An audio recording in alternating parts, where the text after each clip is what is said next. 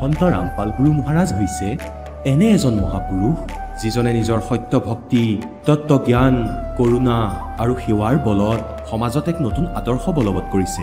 সন্ত ৰামপাল গুৰু মহাৰাজৰ নেতৃত্বত তেওঁৰ সকলো সৎলোক আশ্ৰমে কৰা বিস্ময়কৰ সমাজ কল্যাণমূলক কামে সমাজখনক সোণালী ভৱিষ্যতৰ এক নতুন আশা দেখুৱাইছে। সন্ত ৰামপাল গুৰু মহাৰাজৰ পৰা নাম দীক্ষা গ্ৰহণ কৰাৰ পিছত লাখ লাখ লোকৰ কৰ্কট ৰোগ, এইডছ আদি দুৰাৰোগ্য ৰোগ নিৰাময় হ'ল। সন্তজনাৰ জ্ঞানৰ পৰা অনুপ্ৰাণিত হৈ তেওঁৰ অনুগামীসকলে লাখ লাখ ইউনিট ৰক্তদান কৰে। সন্তজনাই লাখ লাখ ভগ্নী কন্যাৰ যৌতুকমুক্ত বিয়াৰ আয়োজন কৰালে।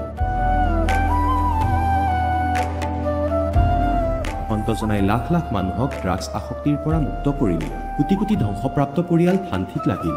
সন্তজনাৰ আশ্ৰমত সমাৱেশৰ সময়ত বিনামূলীয়া চকুৰ চিকিৎসা আৰু দন্ত চিকিৎসাৰ ব্যৱস্থা কৰা হয়। সন্ত ৰামপাল গুৰু মহাৰাজৰ দ্বাৰা পৰিৱেশ সুৰক্ষাৰ উদ্দেশ্যে সময়ে সময়ে বৃহৎ পৰিসৰত বৃক্ষৰোপণ কৰা হয়। সন্তজনাই আৰ্তজনক তাৎক্ষণিক সকাহ দিবলৈ এম্বুলেন্স সেৱা আৰম্ভ কৰিছিল। সন্তজনাই তেওঁৰ অনুগামীসকলক তেওঁলোকৰ শৰীৰ দান কৰিবলৈ অনুপ্ৰাণিত কৰে, যাতে মানৱতাৰ সেৱা আৰু চিকিৎসা ক্ষেত্ৰত উন্নতি কৰিব পৰা যায়। সন্ত ৰামপাল গুৰু মহাৰাজৰ সকলো আশ্ৰমত প্ৰতিদিনে বিনামূলীয়া ধৰ্মভোজৰ আয়োজন কৰা হয়, য'ত প্ৰতিবাৰেই প্ৰতিটো জাতি, প্ৰতিটো ধৰ্মৰ মানুহে একেলগে বহি ভোজন কৰে।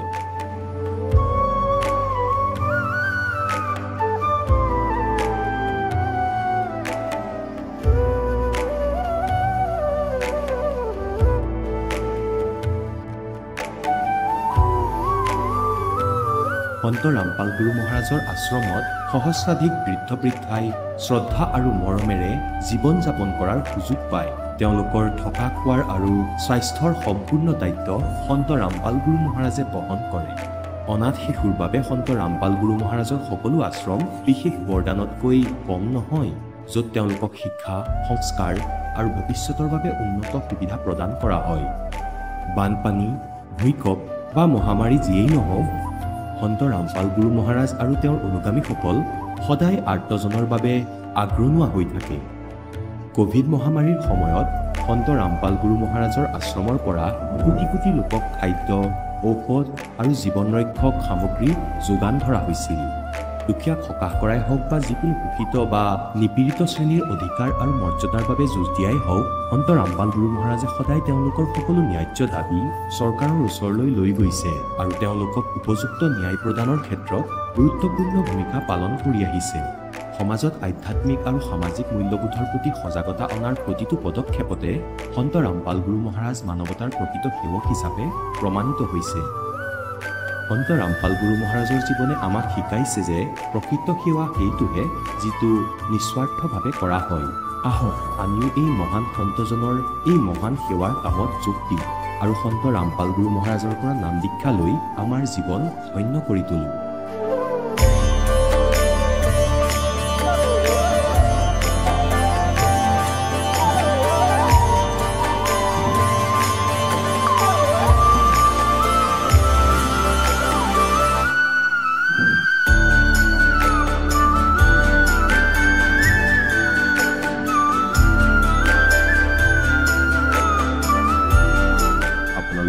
পৰিয়ালৰ সৈতে সৎলোক আশ্ৰমলৈ আন্তৰিকতাৰে আমন্ত্ৰণ জনোৱা হয়।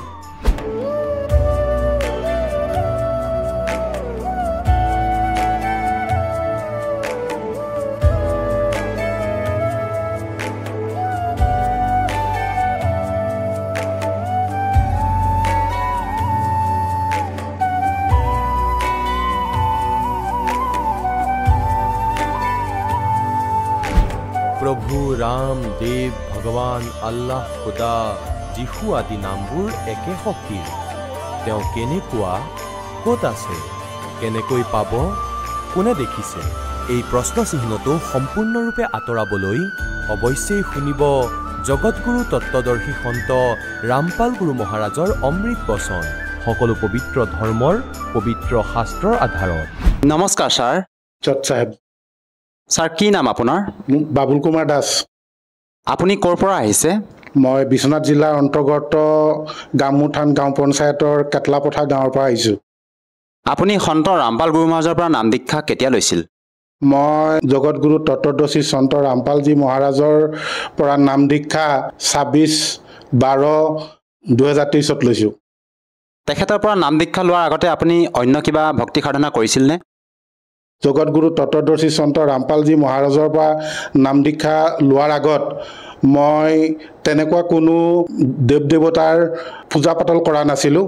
এইটো কাৰণে কৰা নাছিলোঁ যে যিবিলাক আমাৰ সমাজত বৰ্তমান প্ৰচলিত যিবিলাক প্ৰথা প্ৰচলিত সেই মানে প্ৰথাবিলাক মোৰ মনোগ্ৰাহী নাছিলে। আৰু এইটো কাৰণে মনোগ্ৰাহী নাছিলে, আমি বাস্তৱত কিছুমান ঘটনা মই দেখা পাইছিলোঁ যে আমাৰ যিবিলাক গুৰু আছিলে সেই গুৰুবিলাকত দীক্ষা লোৱাৰ পিছত বা শৰণ লোৱাৰ পিছত ভকতবিলাকে নিচাজাতীয় বস্তু সেৱন কৰিছিলে আৰু সেইবিলাক মোৰ মনোগ্ৰাহী নাছিলে। তাৰ উপৰিও আমাৰ মন্দিৰবিলাকত বা তীৰ্থস্থানসমূহত বা যিসকল ব্যক্তি তীৰ্থস্থানত ভ্ৰমণ কৰিবলৈ গৈছিলে বা তীৰ্থস্থান চাবলৈ গৈছিলে আৰু মন্দিৰত যিবিলাক আমাৰ সামগ্ৰী জমা থোৱা হৈছিলে তেনেকুৱা মন্দিৰবিলাকত প্ৰায় আমি চুৰ হোৱা টিভি বা ছ'চিয়েল মিডিয়াৰ মাধ্যমত আমি দেখা পাইছিলোঁ বা তীৰ্থ ভ্ৰমণ কৰিবলৈ যোৱা কিছু কিছু ব্যক্তি আমি ছ'চিয়েল মিডিয়াত দেখা পাইছিলোঁ যে তেওঁলোক হয়তো দুৰ্ঘটনাত পতিত হৈ মৃত্যুগ্ৰহণ কৰিছে।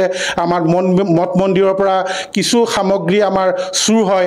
প্ৰকৃততে যদি সেই মঠ মন্দিৰ তীৰ্থস্থানত ভগৱান থাকেই তেতিয়াহ'লে এই দুষ্কাৰ্যবিলাক কিয় ঘটি থাকে? সেইটোত মই অলপ মানে বিদেশী আছিলোঁ, মোৰ মনৰ ভাৱটো অলপ বিদেশী আছিলে। হয়তো এইবিলাকত ভগৱান নাই, সেইকাৰণে এই ঘটনাবিলাক ঘটি আছিলে। সেইটো কাৰণে মই প্ৰায় মোৰ 57 বছৰ চলি আছে, সেই 57 বছৰলৈকে মোৰ লগৰ বহুতোৱে মানে দীক্ষা বা শৰণ লৈছে, কিন্তু মই তাত যোৱা নাছিলোঁ আৰু মোৰ মনোগ্ৰাহী নাছিলে। ছাৰ, আপুনি কি কৰে? সদ্যহতে মই এজন শিক্ষক। যিহেতু আপুনি জনালে যে আপুনি এজন শিক্ষক আৰু লগতে আপুনি ক'লে যে পূৰ্বতে আপুনি কোনো ধৰণৰ ভক্তি সাধনা কৰা নাছিলে, তেন্তে আপুনি সন্ত ৰামপাল গুৰু মহাৰাজৰ শৰণলৈ কেনেকৈ আহিব লগা হ'ল ছাৰ? হয়, মই জগতগুৰু তত্ত্বদৰ্শী সন্ত ৰামপালজী মহাৰাজৰ শৰণলৈ মই আহিবলগীয়া হ'ল। এইটো কাৰণেই আহিবলগীয়া হ'ল, মই এজন সঠিক গুৰুৰ সন্ধানত আছিলোঁ আৰু সেই সঠিক গুৰুৰ সন্ধান মই ছ'চিয়েল মিডিয়াৰ মাধ্যমত পাইছিলোঁ আৰু মই তেখেতৰ সৎসংগ শুনিছিলোঁ।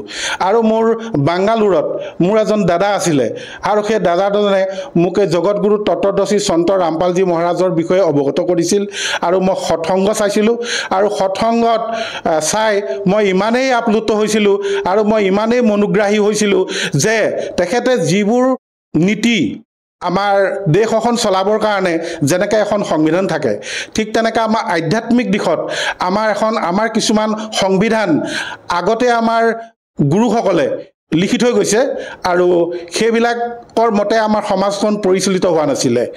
আৰু মই তেখেতৰ সৎসংগ শুনিছিলোঁ আৰু সৎসংগত তেখেতে সেই শাস্ত্ৰৰ অনুকূলৰ যিবিলাক বাণী দেখুৱাই দিছিল আৰু তেওঁ মুখেৰে কোৱা সেই কথাবিলাক তেওঁ নিজৰ মন্তব্য নাছিল বা তেওঁ নিজৰ ভাৱধাৰাৰ বা নিজৰ চিন্তা চৰ্চাৰে কোৱা নাছিল।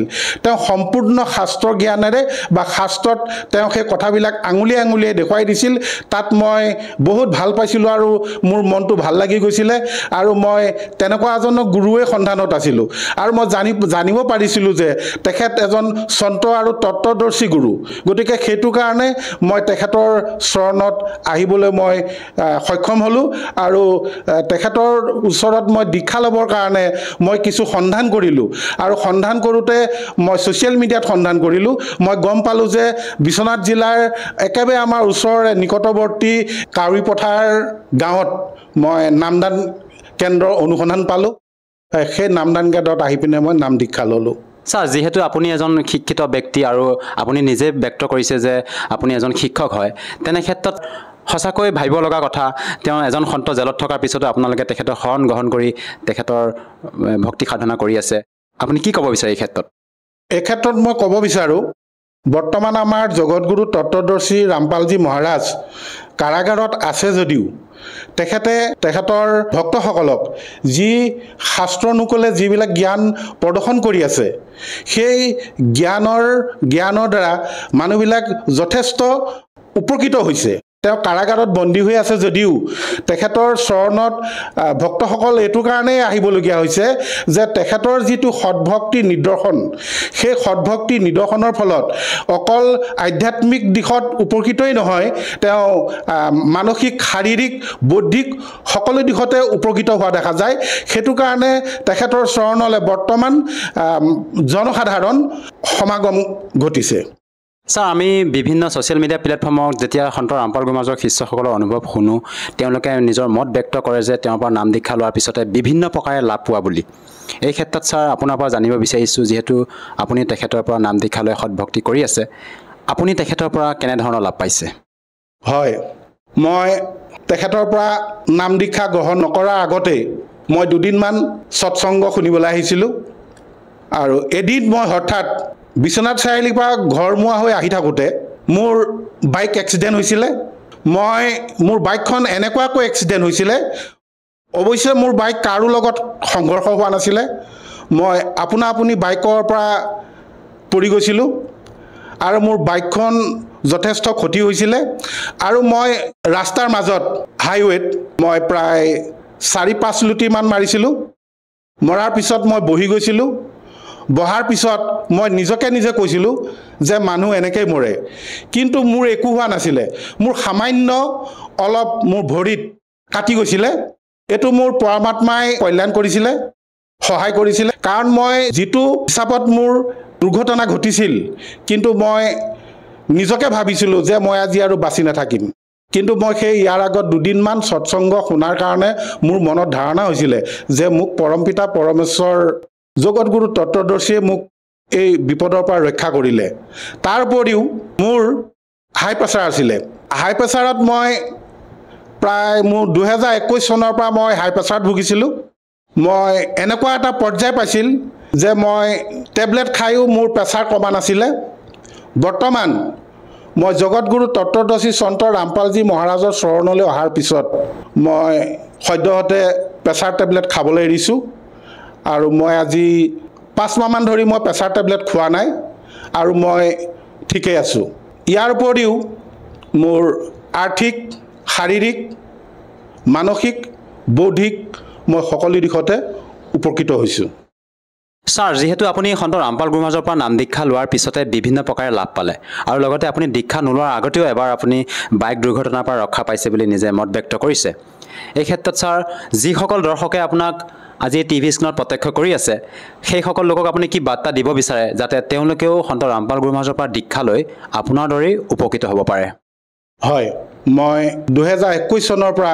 মই হাই প্ৰেছাৰত ভুগি আছিলোঁ বৰ্তমান 6 মাহ হ'ল মই কোনো হাই প্ৰেছাৰৰ টেবলেট সেৱন কৰা নাই এয়া সম্ভৱ হৈছে একমাত্ৰ জগতগুৰু তত্ত্বদৰ্শী সন্ত ৰামপালজী মহাৰাজৰ আধ্যাত্মিক জ্ঞানৰ বাবে গতিকে মই জগতক এটাই বাৰ্তা দিব বিচাৰোঁ আমাৰ জগতৰ ব্যক্তিসকল বিভিন্ন ধৰণৰ সমস্যাত জৰ্জৰিত হৈ আছে গতিকে তাৰ পৰা পৰিত্ৰাণ পাবৰ কাৰণে একমাত্ৰ উপায় জগতগুৰু তত্ত্বদৰ্শী সন্ত ৰামপালজী মহাৰাজৰ চৰণলৈ অহা আৰু তেখেত বৰ্তমান পূৰ্ণ ব্ৰহ্মৰ পৰমপিতা পৰমেশ্বৰ কবিদেৱৰ অৱতাৰী পুৰুষ তেখেতৰ সৎসংগ শুনক তেখেতৰ জ্ঞান গংগা জীৱনৰ সুগম পথ পঢ়ক শিক্ষিত সমাজ অন্ততঃ আপোনালোকে এবাৰ পঢ়ি চাওক তেখেতৰ সৎসংগ এবাৰ আপোনালোকে শুনি চাওক দীক্ষা লোৱাটো দূৰৰে কথা তেখেতৰ সৎসংগ শুনাৰ পিছতে আপুনি নিশ্চয় কিবা এটা নহয় কিবা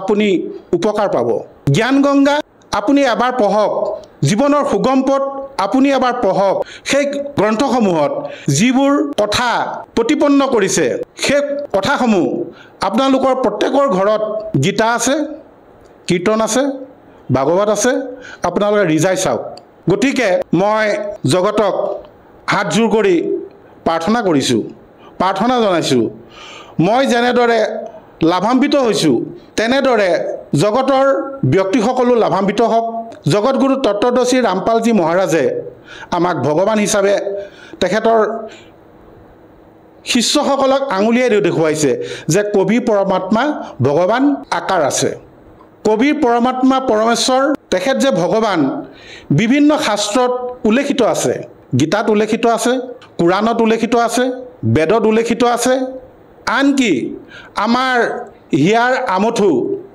শংকৰদেৱৰ ৰচিত গুৰু চৰিত্ৰত কবি পৰমাত্মা যে ভগৱান সেয়া উল্লেখিত আছে। আপোনালোকে পঢ়ি চাওক আৰু তেখেতৰ চৰণলৈ আহক।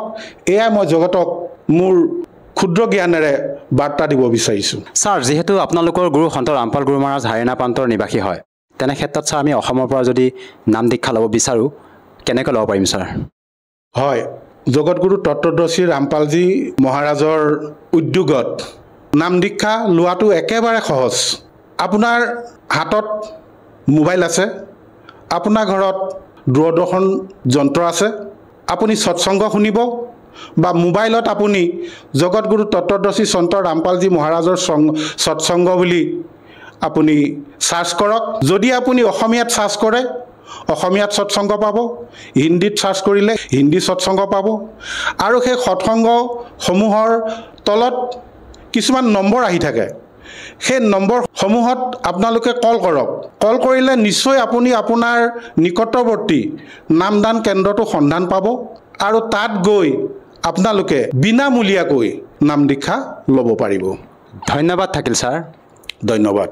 এতিয়া জগতগুৰু তত্ত্বদৰ্শী সন্ত ৰামপাল গুৰু মহাৰাজৰ সৎসংগৰ মাধ্যমেৰে সেই অদ্বিতীয় আধ্যাত্মিক জ্ঞানৰ বিষয়ে জানি লওঁ, যাৰ মাধ্যমেৰে আপোনালোকেও প্ৰাপ্ত কৰিব পাৰিব এনেকুৱা আধ্যাত্মিক, মানসিক আৰু ভৌতিক সুখ যি এতিয়ালৈকে কেৱল আপোনালোকে মীৰাবাই, ধ্ৰুৱ, প্ৰহ্লাদ আদি কেইজনমান ভক্তৰ জীৱন কথাতহে শুনিছে। এতিয়া শুনক তত্ত্বদৰ্শী সন্তৰ সৈতে শাস্ত্ৰ অনুকূল ভক্তি সৎসংগ, এনেকুৱা অদ্বিতীয় আধ্যাত্মিক জ্ঞান যাৰ প্ৰমাণ আছে সকলো ধৰ্মৰ সকলো পবিত্ৰ শাস্ত্ৰত। আজিকালি দৃষ্টিকোণেৰে এই দাসে আপোনালোকক বুজাব। যেনে ধৰক এটা প্ৰান্তত 30জন মিনিষ্টাৰ আছে, মন্ত্ৰী। গতিকে সেই মন্ত্ৰীবোৰৰ একেধৰণৰে ৰেংক থাকে, একেধৰণৰে পাৱাৰ থাকে, একেধৰণৰে তেওঁলোকৰ MLA থাকে। কিন্তু তেওঁলোকৰ বিভাগত পাৰ্থক্য থকাৰ বাবে তেওঁলোকৰ ভেলিউ কম বেছি হয়, সেইটো বেলেগ কথা। তাৰপিছত পৰমাত্মাই ক'লে, 3 লোক কা ৰাজ হে য়ে, ব্ৰহ্মা বিষ্ণু মহেশ, ऊंचा धाम कबीर का बाणी बिर विदेश। 3 देव की जो करते भक्ति, उनकी कदे ना होए मुक्ति। गुण तीनों की भक्ति में ये भूल पड़ो संसार, कहे कबीर निज नाम बिना कैसे उतरो पार। এতিয়া চন্দ্ৰ বিজয়ে কিছু বুজি পালে, অলপ বেলেগ ধৰণৰ জ্ঞান আছিল। কিছুমান মিঠা লাগিলে, কিছুমান তিতা লাগিল। 1 ঘণ্টা 2 ঘণ্টা ডিছকাশ্যন কৰাৰ পিছত তেওঁ নিৰ্ণয় ল'লে যে ভগৱান, আপোনাৰ জ্ঞান যদিও মই প্ৰথমবাৰ শুনিছোঁ, কিন্তু আত্মাক আকৰ্ষিত কৰিছে আৰু ভালো লাগিব ধৰিছে। প্ৰথমতেতো ভাল লগা নাছিলে। তেতিয়া চন্দ্ৰ বিজয়ে ক'লে যে ভগৱান দীক্ষা দিয়ক এই দাসক। পৰমাত্মাই তেওঁক মন্ত্ৰ দিলে আৰু ক'লে দৰ্শন দিয়ক এই দাসৰ ঘৰত। তেতিয়া গুচি গ'ল মালিক। এতিয়া চন্দ্ৰ বিজয়ৰ ঘৰত থাকিলে পৰমাত্মাই 2, 3, 4 দিন জুই কৰি ৰাখিলে। তেওঁ সমগ্ৰ পৰিয়ালকে বহুৱাই লৈছিলে আৰু সৎসংগ শুনাইছিলে, জ্ঞান শুনাইছিলে। প্ৰথমতেতো চন্দ্ৰ বিজয়ে কেৱল দীক্ষা লৈছিলে, ঘৰৰ বাকী সদস্যসকলে লোৱা নাছিলে। তেওঁলোক বহুত শ্ৰদ্ধালু ব্যক্তি আছিল। দীক্ষা যদিও লোৱা নাছিলে, জ্ঞান কিন্তু ভালদৰে শুনিছিলে। পৰমাত্মা গুচি গ'ল। কিছুদিনৰ পিছত তেওঁ আকৌ আহিলে। সেই সময়লৈ তেওঁ নিজৰ সমগ্ৰ পৰিয়ালকে প্ৰস্তুত কৰাই ল'লে দীক্ষা দিয়াবলৈ। পৰমাত্মা আহিল। তাৰপিছত সকলো জ্ঞান ডিছকাছ কৰিলে আৰু সকলোৱে স্বীকাৰ কৰিলে যে সকলোবোৰ কথাই সঁচা। আৰু এই সন্ত সমৰ্থবান, তেওঁৰ দৰ্শন কৰিয়ে আত্মা প্ৰসন্ন হ'ল। জিন মিলতে সুখ উপজে, मिट्रे कोटि उपाद, भवन चतुर्दश ढूंढियो वो परम स्नेही साध। এয়াতো পৰমাত্মা আহিছে নিজেই। তেওঁলোক সকলোৱে দীক্ষা ল'লে। চন্দ্ৰ বিজয় ভাতৰ 16জন সদস্যই সকলোৱে দীক্ষিত হ'ল। এতিয়া পুণ্যাত্মাসকল চাব মালিকে কেনেদৰে দয়া কৰে। আগতে চন্দ্ৰবিজয়ৰ পত্নী কৰমৱতীৰ প্ৰতিদিনে মণ্ডোদৰীৰ ওচৰলৈ গৈছিলে। 1 ঘণ্টা 2 ঘণ্টা তেওঁৰ মনোৰঞ্জন কৰাইছিলে আৰু কি শুনাইছিলে? এনেকুৱা বেয়াস্তৰ কৌতুক, অযথা কথা যি সাধাৰণ সমাজত ক'বই নোৱাৰি। এনেকুৱা বেয়া ধৰণৰ কৌতুক, এনেকুৱাই যেনে কৈছিলে সেই দুয়োজনেই, আৰু মণ্ডোদৰীক হহুৱাইছিলে, সুখী কৰিছিলে। যেতিয়া সেই কৰমৱতীৰ এই জ্ঞান হ'ল, তাৰ পিছত তেওঁ গৈ Mandodari wife of Ravan, king of Lanka, তেওঁক বুজাবলৈ ধৰিলে, এই জ্ঞান শুনাবলৈ ধৰিলে। এই জ্ঞান শুনি মণ্ডোদৰীৰ আত্মা ইমান আকৰ্ষিত হ'ল আৰু এদিন এনেকৈ ক'লে যে, কৰমৱতী, তোমাৰ ভিতৰততো অযথা কথা সোমাই আছিলে। এই কথা তুমি ক'তনো গম পালা? ইমান ধুনীয়া বচন আত্মাক আকৰ্ষিত কৰি আছে। তুমি এই জ্ঞান ক'ৰ পৰা আনিলা? এয়া তোমাৰ স্তৰৰ জ্ঞান নহয়। আজিলৈকে নাই এই জ্ঞান মই সদগ্ৰন্থত দেখিছো আৰু কোনো পুৰাণত অথবা ঋষিয়েও শুনোৱা নাই। তুমি এইটো কোৱা, এই কথাই, এই জ্ঞান তুমি ক'ত শুনিলানো? কৰমৱতীয়ে ক'লে যে, আমাৰ ঘৰত এজন গুৰুদেৱ আহে, তেওঁ মোক এই জ্ঞান শুনাইছে মণ্ডোদৰী। এতিয়া মণ্ডোদৰীয়ে ক'লে যে, দ্বিতীয়বাৰ তোমাৰ গুৰুদেৱ আহিলে মোৰ ঘৰলৈ আনিবা। পৰমাত্মাটো আহিবলগীয়া আছিলে নিজৰ গছ-গছনিবোৰক চম্ভালিবলৈ। যেতিয়া পৰমাত্মা আহিল, তেতিয়া কৰমৱতীয়ে গুৰুদেৱক ক'লে যে, গুৰুদেৱ, আমাৰ ৰজাৰ ৰাণীক আপোনাৰ জ্ঞান শুনাইছিলো। তেওঁ বহুত প্ৰভাৱিত হ'ল আৰু তেওঁ আপোনাৰ দৰ্শন কৰিব বিচাৰিছে। তেওঁ কৈছে যে আপুনি এবাৰ নিজৰ গুৰুদেৱক লৈ আহা। পৰমাত্মাই ক'ব ধৰিলে, পুত্ৰী, ৰাৱণ এজন বহুত অহংকাৰী ব্যক্তি, আৰু যদি মই তালৈ যাওঁ আৰু তেওঁ ইনচাল্ট কৰি দিয়ে আৰু আনফালে নিজৰ পত্নীক ক'ব যে তুমি কিয় মাতিলা, তুমি আন পুৰুষ এজনক কিয় মাতিলা, তেতিয়া পুত্ৰী তেওঁৰো সমস্যা হৈ যাব। যদি তেওঁৰ আৱশ্যকতা আছে তেন্তে ইয়ালৈ আহিব। এতিয়া কৰমৱতীৰ সন্মুখত ধৰ্ম সংকট আৰু ৰাজ সংকট দুয়োটাই আহি পৰিল। ধৰ্ম সংকট এইবাবে হ'ল যে গুৰুদেৱেতো কৈ দিলে, এতিয়া আৰু এবাৰ কেনেকে কওঁ? আৰু ৰাজ সংকট এইটো হ'ল যে মণ্ডোদৰী মোৰ মহাৰাণী, আৰু তেওঁক কেনেকে কওঁ যে এইটো উত্তৰ পালো বুলি। তথাপিও পৰমাত্মাই সাহস দিলে আৰু তেওঁ গৈ ক'লে যে, মণ্ডোদৰী, আমাৰ গুৰুদেৱ আহিছিলে আৰু মই অনুৰোধ জনাইছো মহাৰাণী যে সন্তক মাতিব নালাগে, সাধু সন্তক নিজেই গৈ দৰ্শন কৰিব লাগে। আৰু মই যদি তেওঁক বেছি প্ৰাৰ্থনা জনাওঁ আৰু যদি আহেও, যদি তেওঁ আপোনাক দয়া নকৰে তেতিয়া ভাল নহ'ব। আমাৰ গুৰুদেৱে আপোনাৰ ঘৰলৈ আহিবলৈ মানা কৰি দিলে আৰু এইটো কৈছে যদি তেওঁৰ দৰকাৰ আছে মোৰ ওচৰলৈ আহিব দিয়া। তেতিয়া মণ্ডোদৰীয়ে ক'ব ধৰিলে, ভনী, মই যাম, মই নিজেই যাম, মোৰ দৰকাৰ ভগৱানৰ। তেওঁ নিজৰ চাকৰণীৰ ঘৰলৈ আহিলে, ৰাণী পৰমাত্মাৰ চৰণত শিৰ দোৱালে আৰু জ্ঞান গ্ৰহণ কৰি দীক্ষাপ্ৰাপ্ত কৰিলে। কিয়নো কৰমৱতী আগতেই জ্ঞানৰ সৈতে ভালদৰে পৰিচিত হৈছিল। তেওঁ মণ্ডোদৰীক আগতেই বহুত জ্ঞান শুনাই থৈছে। মণ্ডোদৰী পৰমেশ্বৰ মুনীন্দ্ৰৰ শিষ্যা হৈ পৰিল। তাৰ পিছত তেওঁ নিজৰ স্বামী ৰাৱণক এই কথা জ্ঞান শুনাব ধৰিলে। ৰাৱণে ক'ব ধৰিলে, তোমাৰ বুদ্ধি নষ্ট হৈছে, তোমাক কোনোবা ভুৱা ব্যক্তিয়ে ভ্ৰমিত কৰিছে। ভগৱান শংকৰৰ ওপৰত কিনো শক্তি আছে, চোৱা মোক কিমান কি দি থৈছে, মোক কি কি সিদ্ধি দি থৈছে, সমগ্ৰ লংকাই সোণৰ বনালো। সেই মূৰ্খ নাৰী, তুমি এতিয়াও বুজি পোৱা নাই কাৰ জালত নপৰিলা। মন্দোদৰীয়ে ক'ব ধৰিলে, ৰাৱণ, আপুনি মোৰ স্বামী, মোৰ কৰ্তব্য তোমাক কোৱাৰ আৰু বুজোৱাৰ। আপোনাৰো কৰ্তব্য মোক শিক্ষা দিয়াৰ। কিন্তু যি জ্ঞান মই বুজি পাইছো সেই জ্ঞান উত্তম।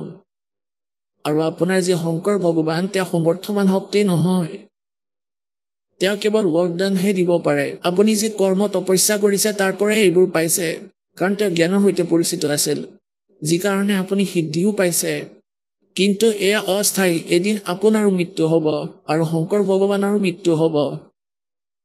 ৰাৱণে ক'লে, আকৌ কেতিয়াও তুমি এইবোৰ কথা মোৰ আগত নুলিয়াবা, কাৰণ তেওঁতো ৰাজত্বহে বিচাৰিছিলে আৰু তেওঁ ৰাজত্ব পাইছে।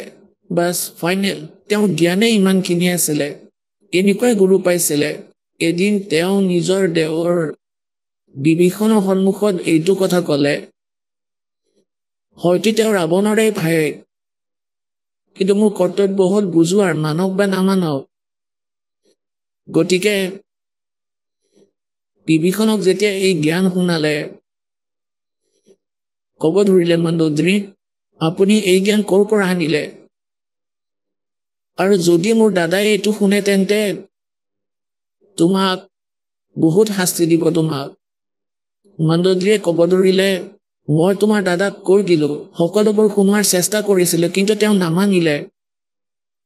মাৰপিটটো কৰা নাই, কিন্তু তেওঁ এনেকৈ ক'লে যে আগলৈ মোৰ সন্মুখত এইবোৰ কথা নকবা। বিভীষণে ক'ব ধৰিলে যে আপুনি এই জ্ঞান ক'ত পালেনো?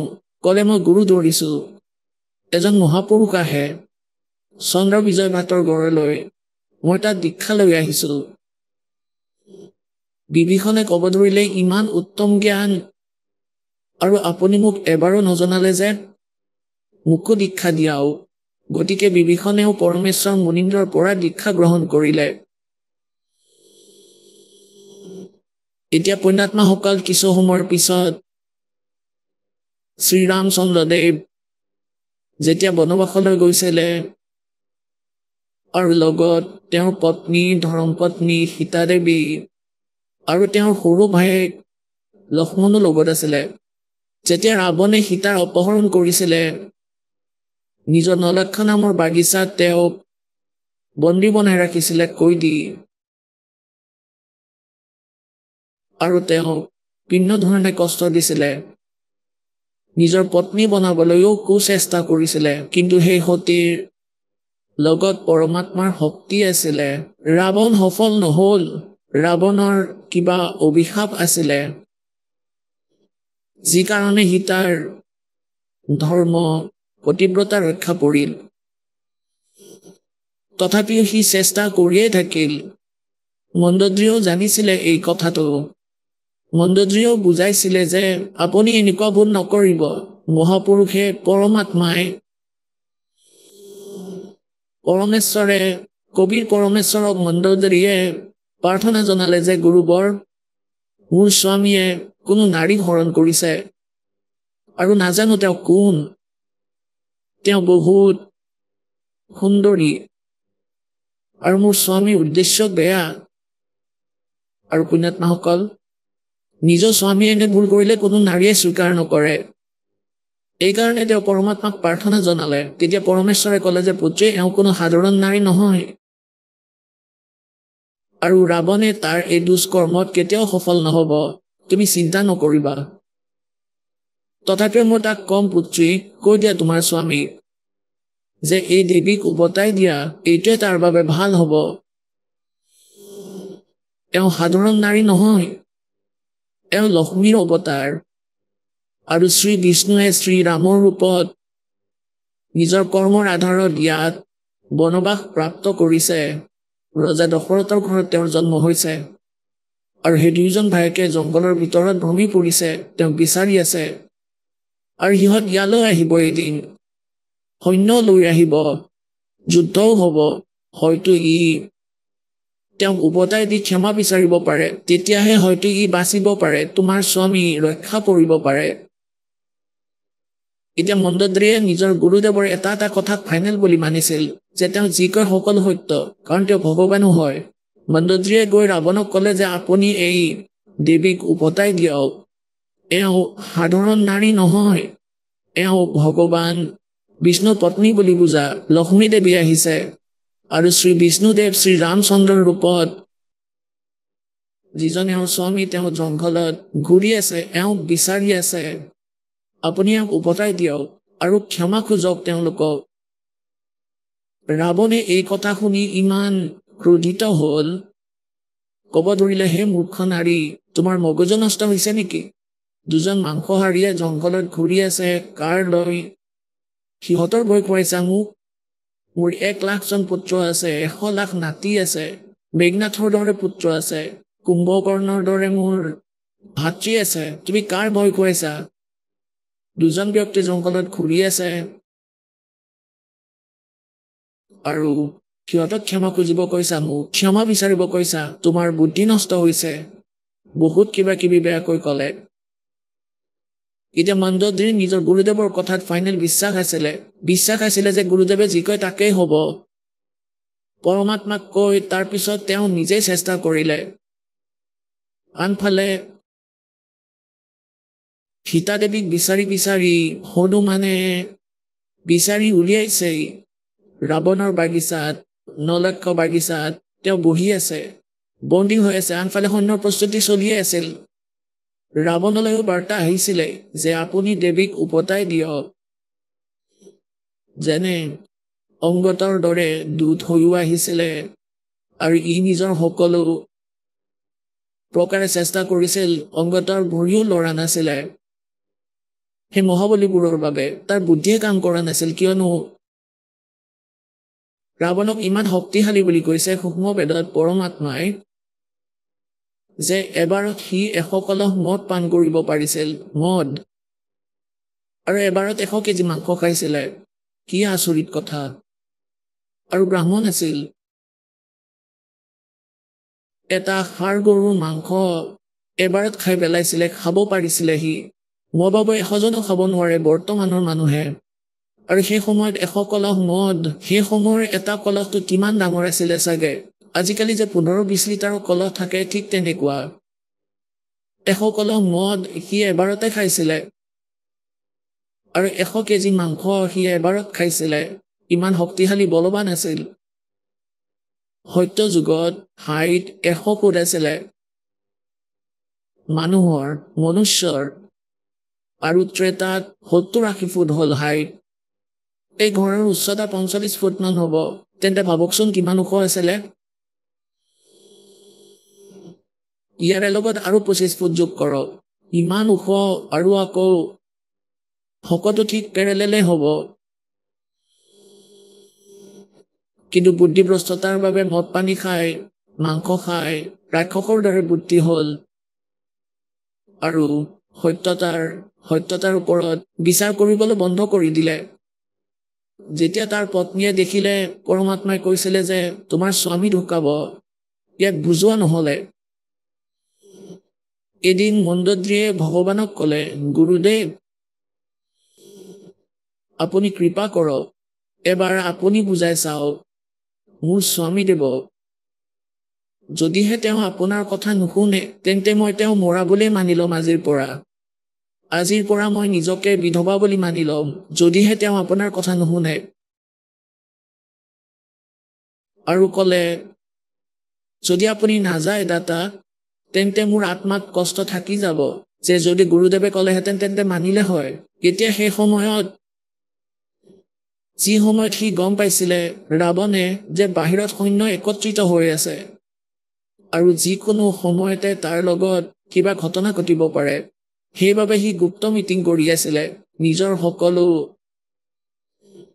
মন্ত্ৰী মহামন্ত্ৰীবোৰৰ লগত আৰু সকলো নিজৰ পুত্ৰ পুত্ৰী সম্পৰ্কীয়সকলক একত্ৰিত কৰিব ধৰিলে। গুপ্ত মিটিং চলি থকা সময়তে পৰমাত্মা গৈ পালে তাত এজন সাধুৰ ৰূপত, আৰু তাত গেটৰ সন্মুখত ৰৈ আছিলে গেট কিপাৰ, প্ৰহৰী। তাত গৈ ক'লে যে ভাই, মই ৰজা ৰাৱণক লগ কৰিব বিচাৰো, মোৰ বাৰ্তা পঠিয়াই দিয়া। মই তেওঁক লগ কৰিব বিচাৰোঁ। প্ৰহৰীজনে ক'লে যে মহাৰাজ, এই ৰাৱণ ইমান ভয়ানক মানুহ, ইমান খঙাল, ই আদেশ দি থৈছে যে ভিতৰৰ বাৰ্তাটো বাহিৰলৈ যাব পাৰে, কিন্তু বাহিৰৰ বাৰ্তা মোৰ ওচৰলৈ অনাৰ আৱশ্যকতা বৰ্তমান নাই, নহ'লে তোমাৰ মূৰ কাটি দিম, হত্যা কৰি দিম। গতিকে মহাৰাজ মই বিবশ। সেই সময়ত সন্তসকলকো ভয় কৰিছিলে, কাৰণ তেওঁলোকে কোনো বচন কৈ দিলে আৰু যদি নামানে তেনেহ'লে হানি হৈ গৈছিলে। তেতিয়া পৰমাত্মাই বুজিলে যে ইয়াৰ সাধ্যৰ কথা নহয়, সি নিজৰ বিবশতাৰ বিষয়ে ঠিকেই কৈ আছে। তেতিয়া পৰমাত্মা তাৰ পৰা অন্তৰ্ধান হ'ল আৰু ৰাৱণৰ ৰাজসভালৈ গৈ প্ৰকট হ'ল। য'ত লাখ লাখ মানুহ আছে, তেন্তে সেইটো কিমান ডাঙৰ মহল হ'ব, ইমান দীঘল, মাজত গেট, ওপৰত ওখ ষ্টেজ, মাজত গেলেৰী, ষ্টেজত বহি আছে ৰাৱণ। যেতিয়া সি দেখিলে যে এইজন মানুহ, মহাত্মাজনক কোনে সোমাব দিলে, ৰাৱণে তেতিয়া আদেশ দিলে গৰজি যে প্ৰহৰীজনক মাতা। সি কেনেকৈ ইয়াক ভিতৰলৈ সোমাব দিলে? আজি আমি গুপ্ত মিটিং কৰি আছো। তেতিয়ালৈকে পৰমাত্মা ওচৰ চাপিলে আৰু ক'লে যে আপোনাৰ প্ৰহৰীজনৰ ভুল নাই, আপোনাৰ গেটকিপাৰজনে একেবাৰে মানা কৰি দিছিলে আৰু ইমানখিনিলৈকে কৈছিলে যে ভিতৰৰ কোনোবা বাহিৰলৈ যাব পাৰে, কিন্তু বাহিৰৰ কোনো ভিতৰত সোমাব নোৱাৰে, গতিকে আপোনাক যাবলৈ নিদিও। তেতিয়া ৰাৱণে সুধিলে যে আপুনি কেনেকৈ আহিলে তেন্তে?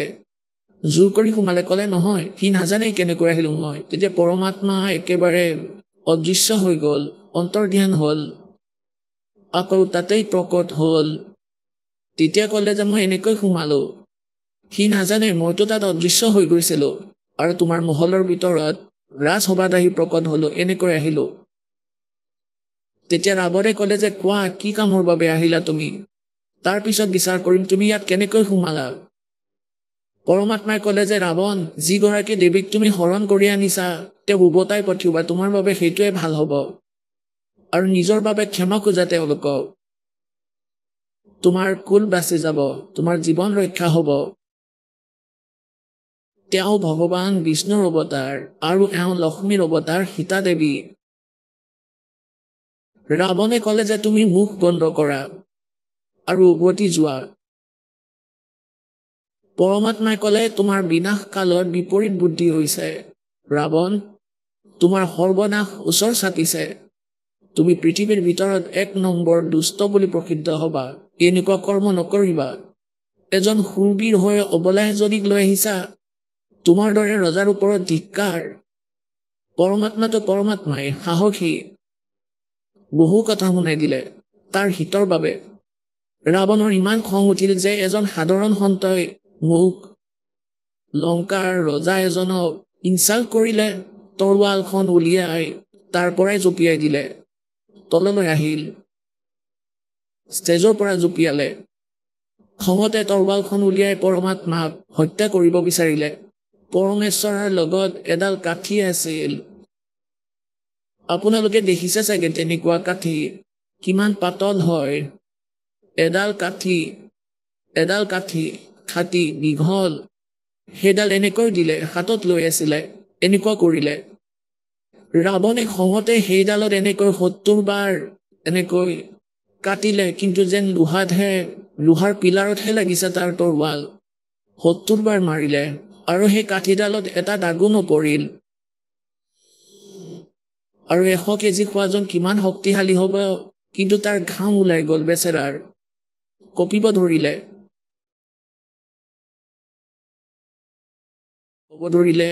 সি দেখিলে যেন মাৰিলেও একো নহয়। সি ভাবিছিলে এডাল কাঠিলৈ কিনো কৰিব, সি বুজিয়ে পোৱা নাছিল যে এওঁ ভগৱান, ভাবিলে যে কিবা সিদ্ধি আছে চাগে এওঁৰ লগত।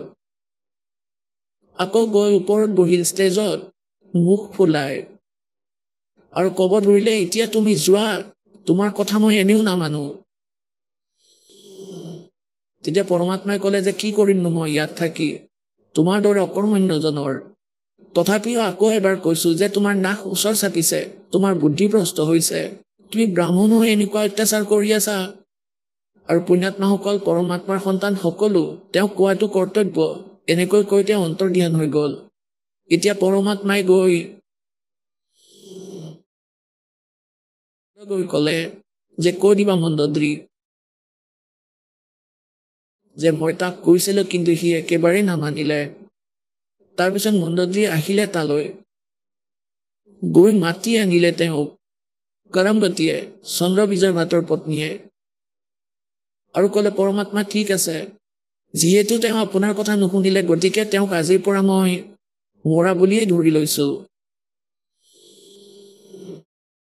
পৰমাত্মাই ক'লে যে তুমি যি কৈছিলা মই কৰিলো, কিন্তু সি নামানিলে।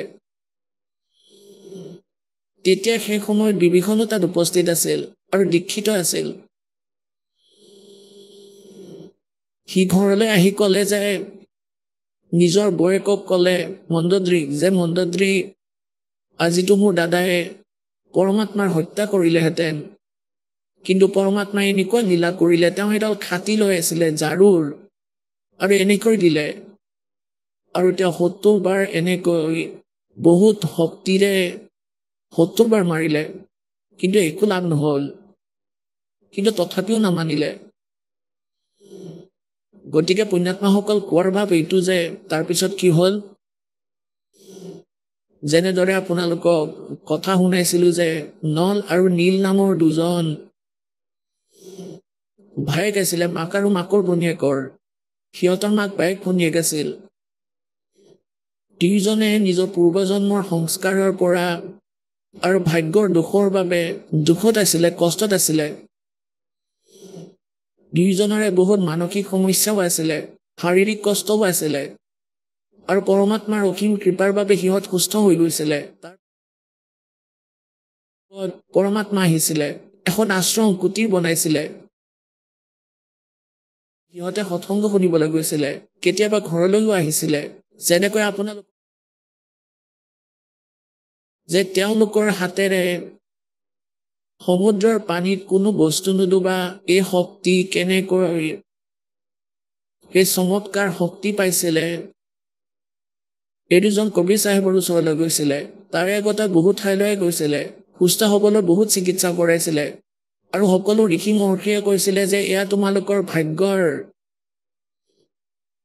ভাগ্যত লিখা আছে, এই দণ্ড এয়া ভুগিবই লাগিব, বিশ্বৰ কোনেও ইয়াক কাটিব নোৱাৰে, এয়া তোমালোকৰ ভাগ্যত লিখি থোৱা নিৰ্ধাৰিত অংগ।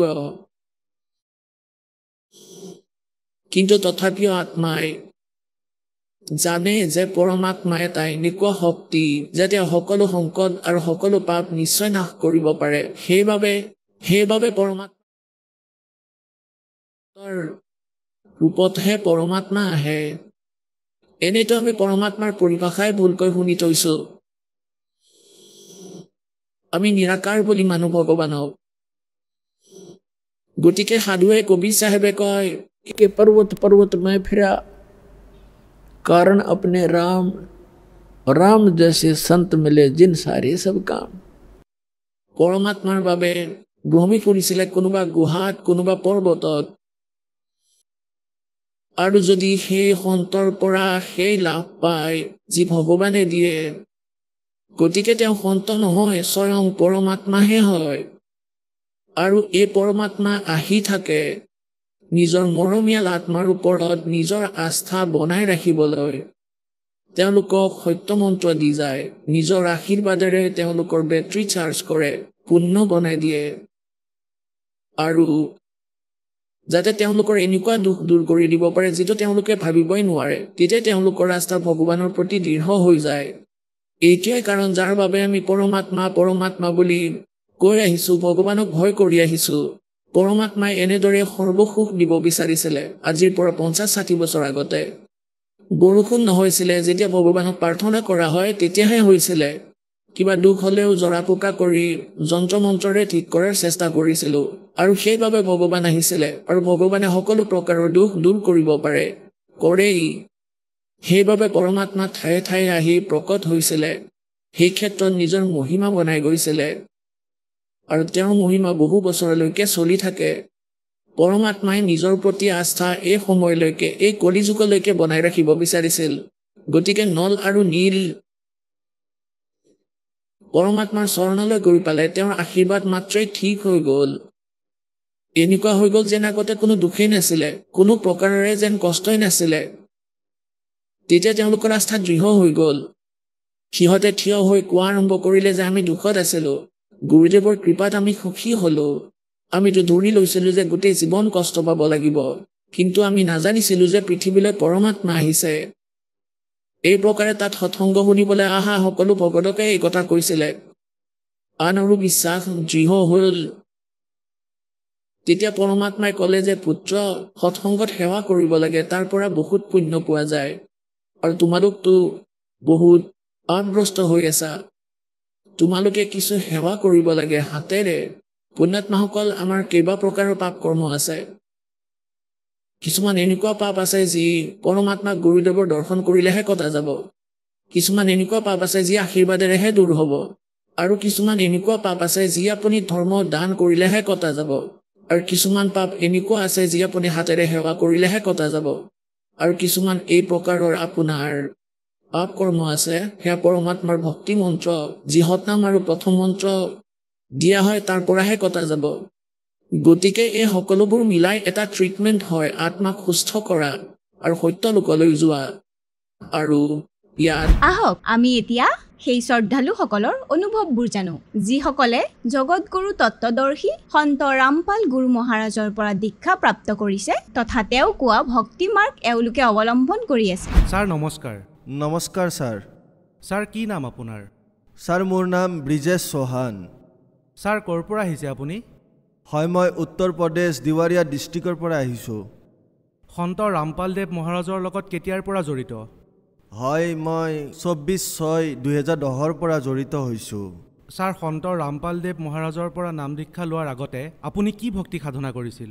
ছাৰ মই সন্ত ৰামপালদেৱ মহাৰাজৰ পৰা নাম দীক্ষা লোৱাৰ আগতে মই সকলো দেৱী দেৱতাৰে ভক্তি কৰিছিলোঁ। ছাৰ আপুনি কৈছে যে আপুনি দেৱী দেৱতাৰ ভক্তি কৰিছিলে, তেন্তে সন্ত ৰামপালদেৱ মহাৰাজৰ পৰা নাম দীক্ষা কিয় ল'লে আপুনি?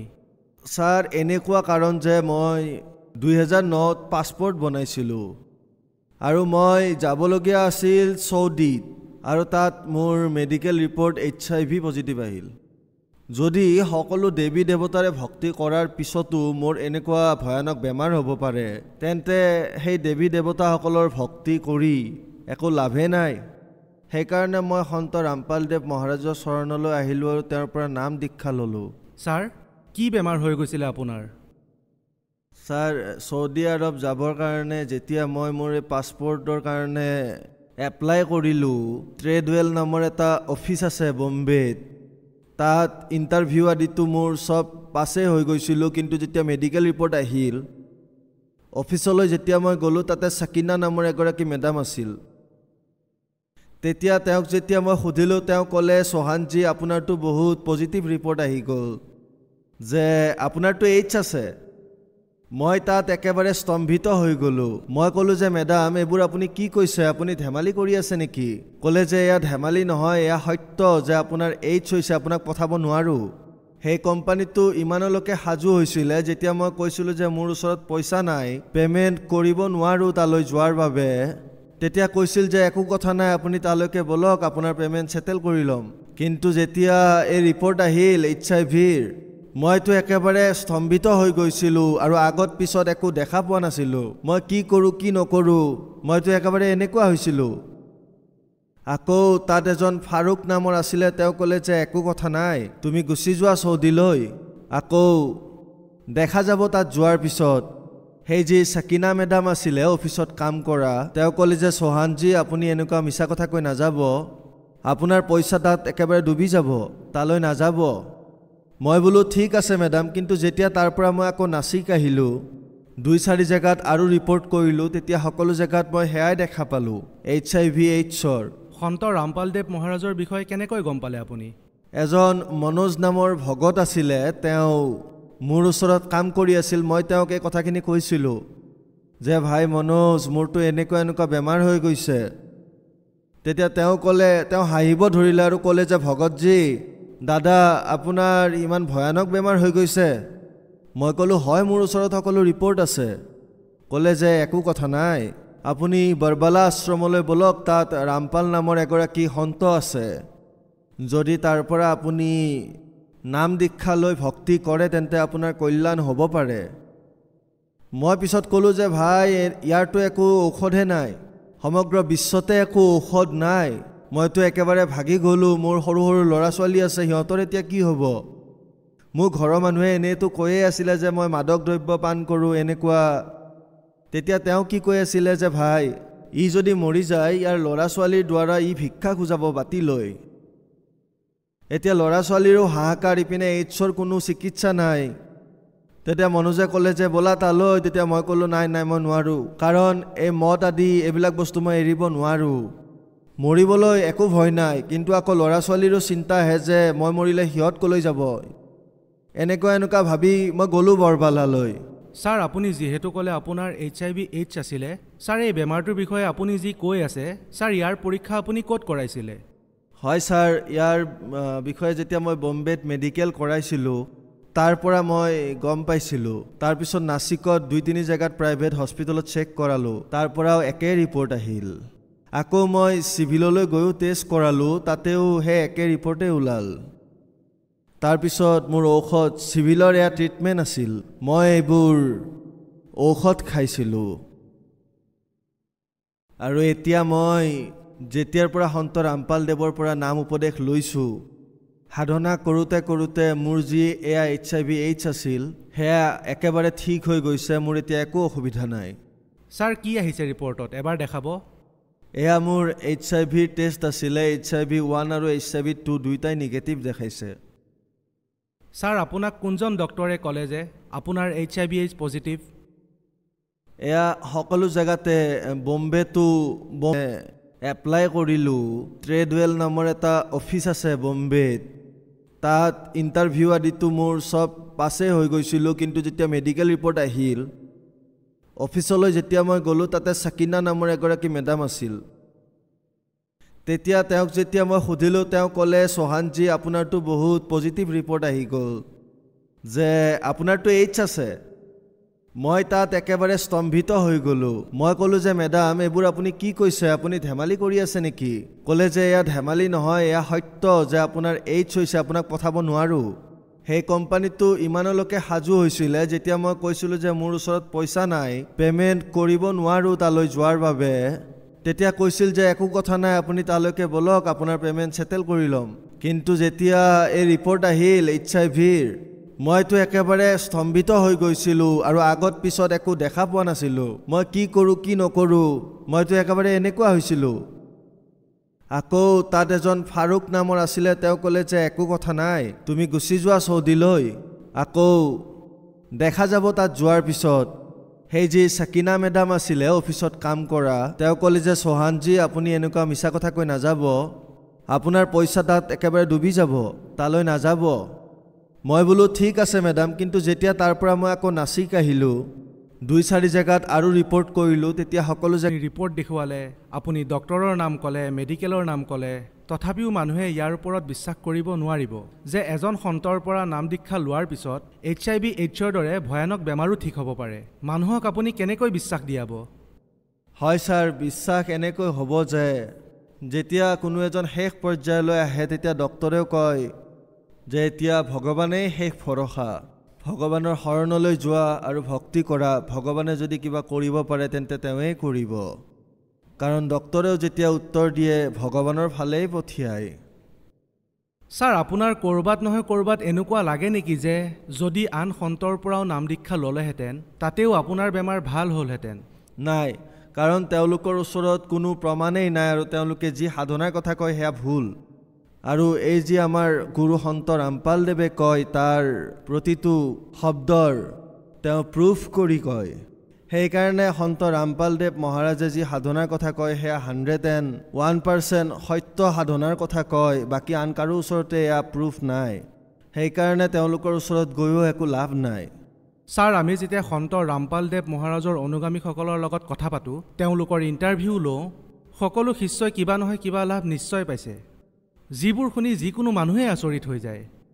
যেনেকৈ আপুনি ক'লে আপোনাৰ HIV/AIDS পজিটিভ আছিলে, যেতিয়া আপুনি সন্ত ৰামপাল দেৱ মহাৰাজৰ পৰা নাম দীক্ষা ল'লে, আপোনাৰ যি HIV/AIDS আছিলে তাত নিগেটিভ ৰিপৰ্ট আহিল। আৰু আজি আপুনি একেবাৰে সুস্থ। ছাৰ, আজি আপোনাৰ পৰা এইটোও জানিব বিচাৰিছোঁ যে সন্ত ৰামপালদেৱ মহাৰাজৰ পৰা নাম দীক্ষা লোৱাৰ পাছত আপোনাৰ আৰু কি কি অভিজ্ঞতা হ'ল? হয় ছাৰ, মোৰতো অনুভৱ বহুত হৈছে। যেতিয়া সন্ত ৰামপালদেৱ আছিলে আশ্ৰমত, তেখেতৰ সৎসংগ চলি আছিল, মই আশ্ৰমলৈ গৈছিলোঁ। হঠাৎ মোৰ পেট ইমান বিষালে যে মই সহ্য কৰিব পৰা নাছিলোঁ। তাত 10 বাৰ উঠোঁ আৰু বাথৰুম যাওঁ, উঠোঁ বহোঁ, মোৰ একেবাৰে ভাল লগা নাছিলে, ইমান বিষ হৈছিল। তাত যেতিয়া মই প্ৰাৰ্থনা কৰিলোঁ, সন্ত ৰামপালদেৱ মহাৰাজে সৎসংগ কৰি আছিল, তাত যেতিয়া মই মনৰ মাজতে প্ৰাৰ্থনা কৰিলোঁ, মই ক'লোঁ যে পৰমাত্মা, আপোনাৰ চৰণলৈ আহিও যদি ইমান দুখী হৈ থাকোঁ, একো লাভ নাই তেন্তে। কেৱল এইখিনিয়ে কয়। মই যেতিয়া বাথৰুম গ'লোঁ, তেতিয়া ইমান ডাঙৰ কিবা এটা ওলাল, যিটোক মুঠখাৰা বুলি কয়। নিজে নিজে কাটি ওলাই পৰিল তাত, আৰু মই উঠাই হাতত লৈ দেখিলোঁ, আকৌ থৈ দিলোঁ তাতে। সেয়া লাভ হ'ল মোৰ। বাকী যি বেলেগ কাম ধান্দা আছে সেইবোৰতো বহুত প্ৰফিট হয়। আৰু মই ইমান নাস্তিক আছিলোঁ যে মোৰ আৰু মদ আদি ধৰণৰ এনেকুৱা একো নিচাই বাকী নাছিল যি মই কৰা নাছিলোঁ। আৰু চব কামেই কৰিছিলোঁ মই। ইমান নাস্তিক আছিলোঁ মই, ঘৰৰ পৰা লৈ বাহিৰলৈকে। যাকে নুসুধে কিয়, যি আমাৰ আত্মীয় আছিল, তেওঁলোকে ক'ব যে মই ঠিক নহওঁ। কিন্তু সন্ত ৰামপালদেৱ মহাৰাজৰ চৰণলৈ যোৱাৰ পিছত, যেতিয়াৰ পৰাই মই নাম উপদেশ লৈছোঁ, তেতিয়াৰ পৰাই মই কোনো নিচা নাই। ছাৰ, এতিয়া আপুনি কি কি নিচা কৰে? কি কি বস্তুৰ আসক্ত আপুনি? এতিয়াতো মোৰ একো নিচা নাই। এতিয়া মোৰ কেৱল এটাই নিচা আছে, সন্ত ৰামপালদেৱ মহাৰাজে কোৱা যি সাধনা, সেয়াই নিচা, আন একোৰেই নিচা নাই। ছাৰ চাওক, আপুনি যিহেতু ক'লে আপোনাৰ HIV/AIDS আছিলে আৰু সেয়া ঠিক হৈ গ'ল, কিন্তু আমাৰো বিশ্বাস কৰিবলৈ টান হৈছে। যদিও আপোনাৰ ৰিপৰ্ট দেখিছোঁ আৰু গম পাইছোঁ যে আপুনি বাস্তৱত সকাহ পাইছে, আৰু আপোনাৰ যি HIV পজিটিভ আছিল সেয়া নেগেটিভ ৰিপৰ্ট আহিলে। গতিকে আমিও আচৰিত হৈছোঁ এই কথাটো জানি। গতিকে ছাৰ, আপুনি সেইসকল মানুহক কি বাৰ্তা দিব বিচাৰে যিসকল আজিৰ দিনতো লাখ লাখ টকা মেডিকেলত খৰচ কৰি আছে ডক্তৰৰ ওচৰত? গতিকে তেওঁলোকক কি ক'ব বিচাৰে? ছাৰ, মই তেওঁলোকক এয়াই ক'ব বিচাৰোঁ, এয়া যে আদেশটো পৰমাত্মাই দিব। মই এটা ৰিকুৱেষ্টহে কৰিব পাৰিম যে ভাই, যেনেকৈ মই দুখী আছিলোঁ আৰু সন্ত ৰামপালদেৱ মহাৰাজৰ চৰণলৈ অহাৰ পিছত মোৰ চব ঠিক হৈ গ'ল, আপোনালোকো আহক আৰু ভক্তি মাৰ্গত জড়িত হওক সন্ত ৰামপালদেৱৰ লগত, আৰু নাম উপদেশ লৈ নিজৰ কল্যাণ কৰাওক। ছাৰ, যিসকল মানুহে কনফাৰ্ম কৰিব বিচাৰে যে আপোনাৰ বেমাৰ আছিল নে নাছিল, গতিকে আপুনি আপোনাৰ সম্পূৰ্ণ ঠিকনাটো কওক, যাতে মানুহৰ কোনো সন্দেহ নাথাকে। যি HIV/AIDS দৰে ভয়ানক বেমাৰ আছিল সেয়া আপোনাৰ ঠিক হৈ গ'ল। ছাৰ, আমি সাধাৰণতে জানো যে এই ধৰণৰ যি বেমাৰ থাকে, ইয়াৰ প্ৰকৃততে প্ৰপাৰ চিকিৎসা নাই। এই বেমাৰৰ কাৰণে বহুত মানুহ মৃত্যু মুখত পৰে। গতিকে আপোনাৰ যিটো সম্পূৰ্ণ ঠিকনা সেয়া মানুহক কওক, যাতে তেওঁলোকে আপোনাৰ পৰা কনফাৰ্ম কৰিব পাৰে যে আপোনাৰ যি বেমাৰ আছিলে সেয়া বাস্তৱত ঠিক হৈ গৈছে। হা ছাৰ, মোৰ এড্ৰেছ হ'ল চৈয়ক নিবাস, উত্তম নগৰ, চিৰিকো। মোৰ মোবাইল নম্বৰ হ'ল 9850690053। এয়া মোৰ মোবাইল নম্বৰ। আৰু যদি কোনোবাই মোক ফোন কৰি কনফাৰ্ম হ'ব বিচাৰে, হ'ব পাৰে, আৰু মই ডক্তৰৰ লগতো কথা পতাই দিব পাৰোঁ। সকলো কথা তেওঁৰ দ্বাৰা কনফাৰ্ম কৰাব পাৰোঁ। ছাৰ, আপুনি সন্ত ৰামপালদেৱ মহাৰাজৰ পৰা নাম দীক্ষা লোৱাৰ পাছত এই লাভ পাইছে। আজিৰ দিনত যদি কোনোবাই এই লাভ সন্ত ৰামপালদেৱ মহাৰাজৰ পৰা ল'ব বিচাৰে, তেন্তে তেওঁ কেনেকৈ ল'ব পাৰিব? কাৰণ সন্ত ৰামপালদেৱ মহাৰাজটো জেলত আছে। গতিকে তেওঁলোকে কেনেকৈ নাম পাব যেনেকৈ আপুনি পালে? ছাৰ, সন্ত ৰামপালদেৱ মহাৰাজৰ বিভিন্ন চেনেলত সৎসংগ আহে, তাত তেওঁলোকৰ ফোন নম্বৰ দিয়া থাকে, আৰু তেওঁলোকক তাৰ পৰা কণ্টেক্ট কৰি খবৰ কৰি আৰু তাৰ পৰা খবৰ ল'ব পাৰে। প্ৰতিখন জিলাত, প্ৰতিখন ঠাইতে নামদানৰ স্থল আছে উপলব্ধ, তেওঁলোকে কৈ দিব আৰু তাৰ পৰা আপোনালোকে নামদান প্ৰাপ্ত কৰিব পাৰে। ছাৰ, নাম দীক্ষা লোৱাৰ বাবে কিমান পইচা দিব লাগে? ছাৰ, তাততো এনে এটকাও দিব নালাগে। তাৰ সকলোবোৰ ব্যৱস্থা ফ্ৰী অফ কষ্টে হয়, তাত একো পইচা নিবিচাৰে। আপোনাক বহুত বহুত ধন্যবাদ। সৎ চাহেব।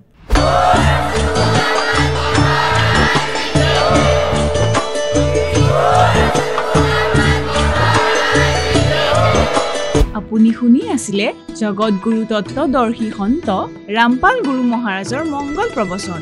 অধিক জানিবৰ বাবে ভিজিট কৰক www.jagatgururampalji.org। সন্ত ৰামপাল গুৰু মহাৰাজৰ শুভ আশীৰ্বাদত সমগ্ৰ বিশ্বতে 500তকৈ অধিক নাম দীক্ষা কেন্দ্ৰ আছে, য'ত সন্ত ৰামপাল গুৰু মহাৰাজৰ দ্বাৰা বিনামূলীয়াকৈ নাম দীক্ষা দি থকা হৈছে।